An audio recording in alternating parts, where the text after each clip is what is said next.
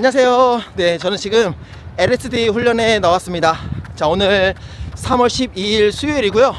자, 오늘은 날씨가 좀 쌀쌀합니다. 바람도 많이 불고요. 어제는 좀 많이 따뜻해가지고 이 반팔을 입고 뛰어도 될 정도로 엄청 따뜻했는데 오늘은 좀 쌀쌀하네요. 자, 우리가 이 장거리 훈련을 할 때는 항상 이 날씨에 맞게 복장을 잘 준비를 해야 됩니다. 자, 오늘 같은 날에는 이렇게 좀 여러 겹을 좀 껴입는 게 좋고, 다음에 목을 가릴 수 있는 이 목폴라, 다음에 이렇게 장갑을 준비를 해주는 게 좋습니다. 그래야 이렇게 훈련 끝나고 나서 감기도 안 걸리고 부상의 위험도 줄어들기 때문이죠. 지금 이제 동아 마라톤이 얼마 남지 않았기 때문에 이 컨디션 관리를 잘 하는 게 중요한데, 그래서 이 지금 환절기 이렇게 일교차가 심할 때는 복장을 꼭 잘 챙겨서 훈련을 해야 됩니다. 제가 러닝 유튜브를 시작하고 이렇게 밖에서 달리면서 영상을 찍고 싶었는데 드디어 이렇게 찍게 되네요. 예전에는 제가 이렇게 말하면서 영상을 찍기가 좀 힘들어가지고 밖에서 영상을 찍지를 못했는데, 지금은 그래도 이렇게 어느 정도 뛰면서 이야기할 정도로 실력이 많이 좋아진 것 같습니다. 지금 이제 LSD 훈련을 하고 있으니까 LSD 훈련 방법에 대해서 이야기를 한번 해볼게요. 이제 아마 올해에도 이 마라톤 대회를 처음으로 준비하시는 분들이 많을 것 같은데요. 이 LSD를 너무 좀 잘못해가지고 이 부상을 당해서 마라톤 대회를 못 나가는 그런 사례들을 많이 봤거든요, 작년에도. 그래서 자, 올해에 마라톤 첫 도전을 하신다면 정말 다치지 않게 이 LSD 훈련을 하고 싶으시다면, 자, 이 영상 끝까지 보시고 제 채널 구독 꼭 눌러주시길 바라겠습니다. 자, LSD 할 때 이 많은 분들께서 좀 궁금해 하시는 거, 첫 번째, 도대체 장거리의 기준이 뭐죠? 라고 이야기를 합니다. 자, 이거는 근데 정답이 없어요. 자, 러닝을 처음 뛰는 사람은요 3km, 5km도 장거리로 느껴질 겁니다. 그리고 평소에 5km만 뛰던 사람도 10km는 장거리라고 볼 수가 있습니다. 그래서 LSD 장거리 훈련의 그 거리 기준은 개인의 목표에 따라 다르다라고 이야기할 수 있겠습니다. 네. 그래서 자, 내가 만약에 10km 대회를 준비한다. 근데 내가 평소에 5km까지 밖에 뛰어본 적이 없다.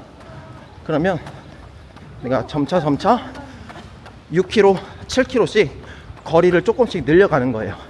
그러니까 나에게는 7km 정도 뛰는 게 LSD 훈련이 될 수가 있겠죠. 자, 그러면 LSD 훈련 어떻게 뛰어야 되나요?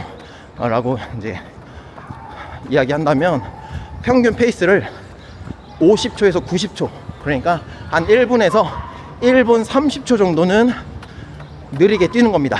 자, 예를 들어 볼게요. 내가 평소에 5km를 평균 페이스 5분으로 이렇게 뛰었다. 그래서 25분에 들어오는 게 일상적인 훈련이었다면, 내가 일주일에 한 번 정도 7km를 평균 페이스 6분으로 달리는 겁니다. 네, 그러면 42분이 걸리잖아요.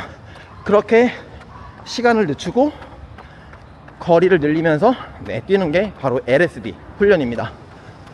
자, 그러면 거리는 얼마나 늘려야 되나요? 라고 우리가 이야기한다면, 자, 평균 우리가 뛰었던 거리에서 일주일에 10%씩 늘리는 거예요. 그러니까 내가 평소에 최대 거리가 하루 뛰는 평균 거리가 5km였다 하면은, 그 다음 주에는 6km, 그 다음 주에는 7km, 이런 식으로 늘려가는 겁니다. 이렇게 이렇게 거리를 늘리는 게 중요하고요. 어떤 사람들 보면 갑자기 내가 평소에 5km밖에 안 뛰어본 사람인데 갑자기 하프를 뛴대요. 그래서 갑자기 20km를 뛰는 거예요. 자, 뛸 수는 있어. 근데 한 3, 4일을 알아뒀죠. 이 LSD 훈련에서 중요한 거는 그 다음날 훈련에 지장을 받지 않도록 저강도 운동으로 하는 게 중요합니다. 네, 그러니까 오늘 LSD 훈련을 했으면 내일 인터벌을 할 수 있을 정도의 훈련 강도로 해야 돼요. 그러니까 내가 오늘 너무 무리하게 20km를 뛰었어요. 그래서 3, 4일을 너무 힘들어서 못 뛰었어. 그러면 그게 더 손해인 거죠. 그렇기 때문에 거리를 너무 무리하지 않게 늘리는 게 중요하다. 그 기준은 뭐 과학적으로 입증되진 않았지만 보통 주당 10%에서 20% 정도 늘리는 게 중요하다. 어떤 연구 논문을 봤을 때 이 주당 거리를 20% 이상 늘렸을 때 부상 위험이 커졌다라고 한 연구도 있습니다. 네, 그래서 거리는 그렇게 늘리면 될 것 같고요. 자, 그럼 시간은 어떻게 늘려야 되느냐? 자, 시간은 일단 내가 목표한 시간까지는 달려봐야 됩니다. 그러니까 내가 10km 목표를 1시간 안으로 잡았다. 근데 나는 아직 1시간 동안 연속으로 뛰어본 적이 없어. 그러면 1시간 동안 연속으로 뛸 수 있게 만들어야 됩니다. 네, 그게 이제 LSD 훈련에서 중요한 거고요.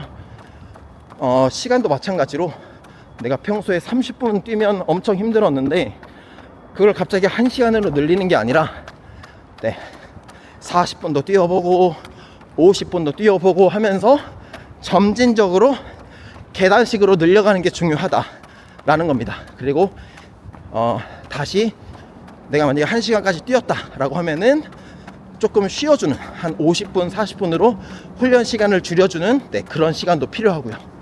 그래서 이렇게 이걸 훈련 주기화라고 하는데 내 목표 대회 일정에 맞춰서 이 훈련 주기화를 만드는 게 굉장히 중요합니다. 그래서 아마 지금 동아 마라톤을 준비하시는 분들은 훈련 강도를 굉장히 낮추고 있겠죠. 지금 이런 게 바로 주기화라는 겁니다. 자, 그러면 LSD 할 때 거리를 늘려요, 시간을 먼저 늘려요 라고 하면은 일단 저는 시간을 먼저 늘리라고 말씀을 드리고 싶어요. 그냥 거리를 늘리려면은 아무래도 시간이 더 많이 필요가 되거든요.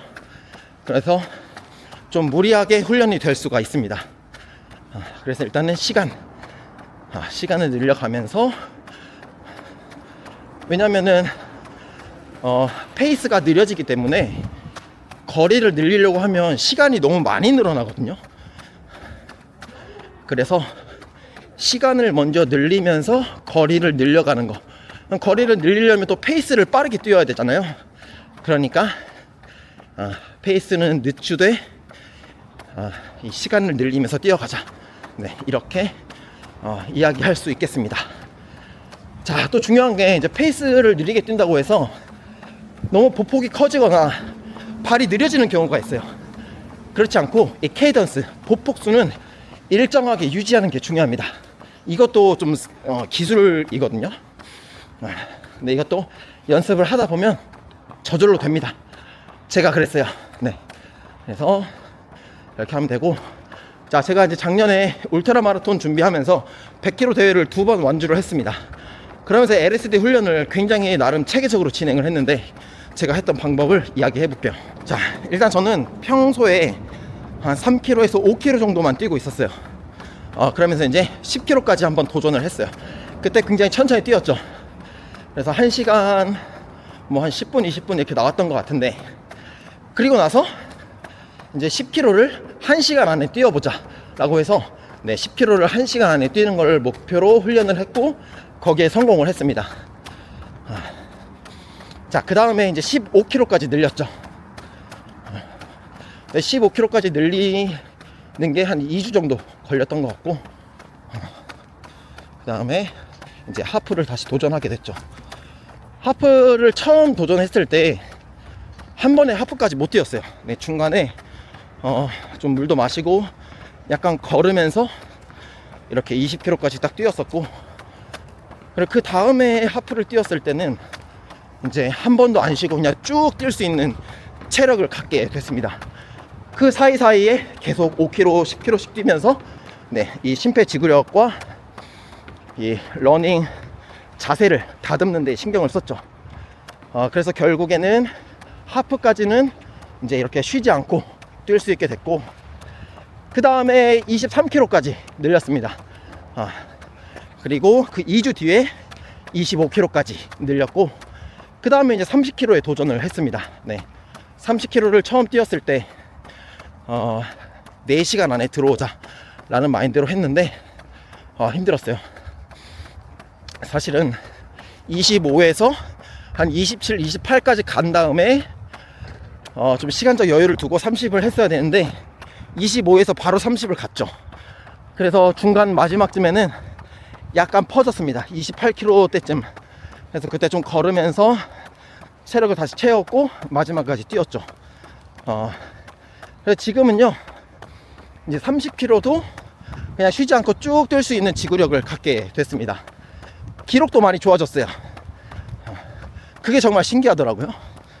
아무튼 그렇게 했고, 이제 대회를 한 3주 정도 남기고 나서 50km까지 뛰었죠.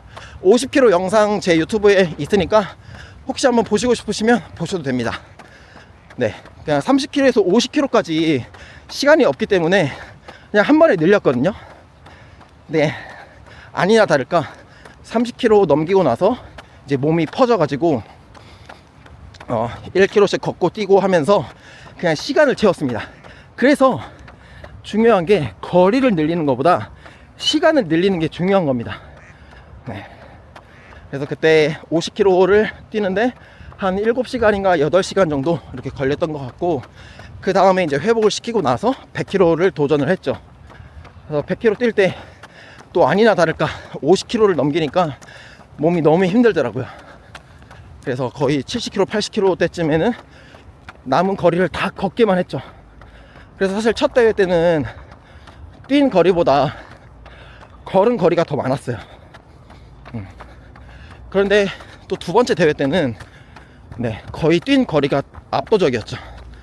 네, 이렇게 대회도 나가고 계속 뛰면서 좋아지는 이 모습들이 이 러닝에 더 빠지게 만드는 것 같습니다.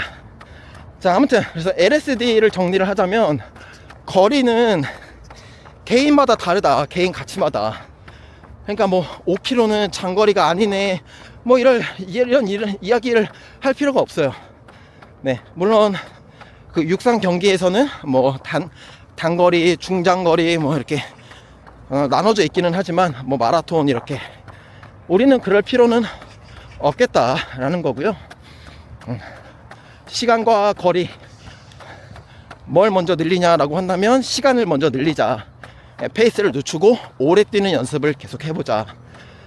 네, 오래 뛰는 것도, 천천히 오래 뛰는 것도요, 너무 오래 뛰면 그것도 저강도가 아닙니다. 고강도가 되는 거예요. 자, 또 중요한 거. 그러면 지금 그 강도 이야기가 나와서 그런데, 훈련 강도는 어떻게 해야 되나요? 라고 이야기를 한다면, 이렇게 뛰면서 말할 수 있는 정도의 이 강도면 됩니다. 네, 내가 뛰는데 말하기가 힘들다. 그러면 심박수가 높다는 거거든요.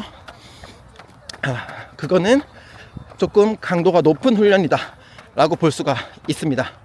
그리고 이제 이런 뭐 가민이라든지 훈련용 시계가 있다면 그 시계로 이제 심박수를 체크하면서 뛸 수도 있겠죠. 자, 심박수는 계산을 어떻게 하냐면 180에서 나이를 빼는 거예요. 이걸 메피톤 법칙이라고 하는데, 그 메피톤이라는 사람이 만든 겁니다. 이게 훨씬 심박수를 체크하는데 더 쉽고 효율적인 방법이에요. 최대 심박수는 너무 갭이 크고 진짜 나의 이 훈련 강도 느끼는 것과 약간 그 괴리가 좀 있습니다. 그래서 이렇게 훈련 강도를 체크하시면서 뛰면 될 것 같고, 자, 그러면 LSD라고 해서 무조건 늦게 뛰는 거냐? 그건 또 아닙니다.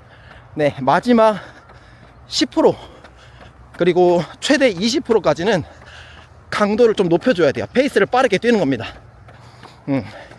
이 대회에서 중요한 거는 마지막까지 처지지 않고 쭉 뛰는 게 중요하거든요. 그래서 이거는 엘리트 선수들도 LSD 훈련을 할 때 평균 페이스보다 천천히 뛰지만 훈련의 마지막 10% 20%는 페이스를 빠르게 해서 고강도 훈련으로 진행을 한다고 합니다. 이거를 이제 양극화 훈련, 파레토 법칙, 8대2의 법칙이라고 합니다. 이렇게 하고 훈련 강도를 이렇게 진행을 하면 됩니다. 그러니까 저도 오늘 20km를 뛸 건데 마지막 2km는 페이스를 좀 올려서 뛰는 거예요. 지금 페이스가 한 7분 10초 정도 되거든요. 그러면 마지막 2km는 6분대로 뛰다가 진짜 마지막에는 한 5분에서 4분대까지 쭉 밀고 가는 거예요. 그렇게 해서 마무리하고 정리운동하고 이렇게 마무리하면 딱 되는 거죠. 자, LSD 훈련 이해 잘 되시죠? 여기서 이제 더 궁금한 게 있으시다면 댓글 남겨주세요. 자, 그래서 이 장거리 훈련이 주는 의미는요, 뭔가 거리나 시간을 늘리는 것 뿐만이 아니라 내가 어떤 복장을 입고 대회를 나갈 건지, 그 다음에 영양 섭취는 어떻게 할 건지, 이런 전략을 세울 수 있는 그런 방법, 그런 훈련이기도 합니다.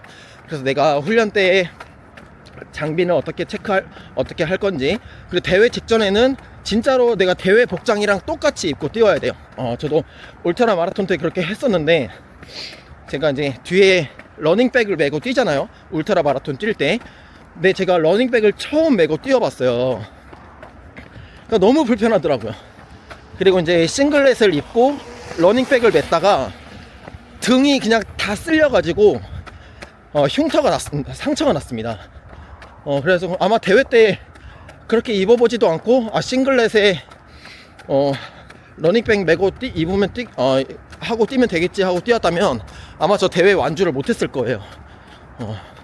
그 흉터 아마 지금도 있을 것 같은데, 그래서 대회를 처음 준비하신다면은 울트라 마라톤 뿐만이 아니라 내가 대회 때 입을 옷과 대회 때 먹을 에너지 젤, 간식들을 챙겨가지고 페이스마다 내가 몇 킬로 페이스 때 이렇게 좀 간식을 먹는 게 좋구나, 이런 것들을 다 만들어 놔야 돼요. 그래서 저도 10km에서 13km 정도의 구간이 되면은 딱 신호가 옵니다. 그럼 그때 에너지젤 하나 먹어주고, 그 다음에 또 20 몇 킬로 가서 또 하나 먹어주고. 그리고 에너지젤도 굉장히 제품이 다양하기 때문에 나한테는 어떤 제품이 맞는지도 알아야 되고, 저는 일단 양갱이 맞다는 것을 알게 됐고, 다른 거 뭐 쪼꼬바라든지 이런 거 먹으면 되게 속이 불편해요. 특히 울트라 마라톤 나가면 그 초코파이를 되게 많이 주거든요. 근데 사실 제가 초코파이를 진짜 좋아하기는 해요. 근데 그걸 먹으면 배가 아프더라고요. 그래서 막 가스가 차고, 그래서 결국엔 나한테 맞는 이 간식을 찾는 것도 중요하다. 그래서 이 LSD가 주는 의미는 굉장히 다양하다라는 것을 또 이렇게 말씀을 드리고 싶었습니다. 자, 이제 10km만 딱 뛰면 될 것 같은데, 오늘은 2시간 한 30분 안에는 훈련이 딱 끝날 것 같습니다. 자, 지금 페이스를 좀 높여가지고 한 6분대로 뛰고 있는데요. 비가 올 것 같기도 하고, 일단은 원래 구름만 낀다고 했는데 지금 약간 비 냄새가 납니다. 봄비가 내리려고 하는 것 같아요. 자, 이렇게 일단 뛰면서 자, 훈련 언능 마무리하고 전 또 다 뛰고 그럼 오도록 하겠습니다. 자, 오늘 LSD 훈련 이렇게 마무리했습니다. 자, 아까 뛰다가 한 12km 구간에서 가민 워치 배터리가 나가는 바람에 오늘 기록이 제대로 측정이 되지 못했습니다. 일단 거리는 거의 한 20km 정도 된 것 같고, 시간은 한 2시간 10분 정도 이렇게 걸렸습니다. 오늘 아까 14km 지점에서 비가 이제 좀 와가지고 이제 비를 쭉 맞으면서 뛰었는데, 그래서 좀 몸이 마지막에는 무거워서 조금 힘들었습니다.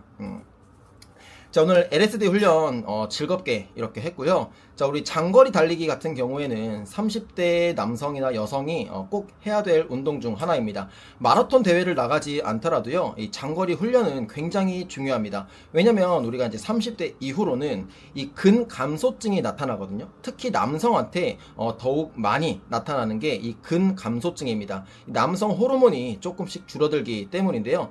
그런데 우리가 이 근감소증이 나타날 때 이 체형을 유지해주는 지근이라는 이 지근 섬유가 줄어들게 됩니다.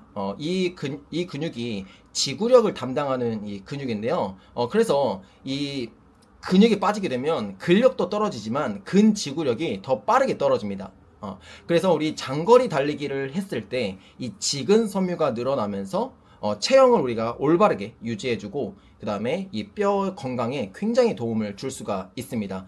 그래서 근감소증도 예방할 수 있고요. 그래서 우리가 이 장거리 달리기 한다고 해서 근육이 빠지거나 뭐 근 손실이 나타나는 건 그거는 신빙성이 없는 이야기고요. 오히려 이 근육 건강에 도움이 되기 때문에 조금씩 거리를 늘려 가시면서 시간도 늘려가면서 장거리 달리기 꼭 한번 해보시길 바라겠습니다. 우리 노후의 건강을 이 장거리 달리기가 정말 건강하게 만들어 줄 것이 분명합니다. 자, 오늘 이렇게 LSD 달리기 하면서 장거리 달리기 하면서 이야기도 해보고 이렇게 LSD 훈련에 대해서 이야기를 했는데요. 자, 이번 영상이 누군가에게는 꼭 도움이 됐으면 좋겠습니다. 또 다음 영상에서 지금 유익한 내용들 많이 준비하고 있으니까요. 자, 제 채널 구독 꼭 해주시면서 저와 함께 즐거운 달리기 하실 수 있으셨으면 좋겠습니다. 오늘은 여기까지 하도록 하겠습니다. 감사합니다.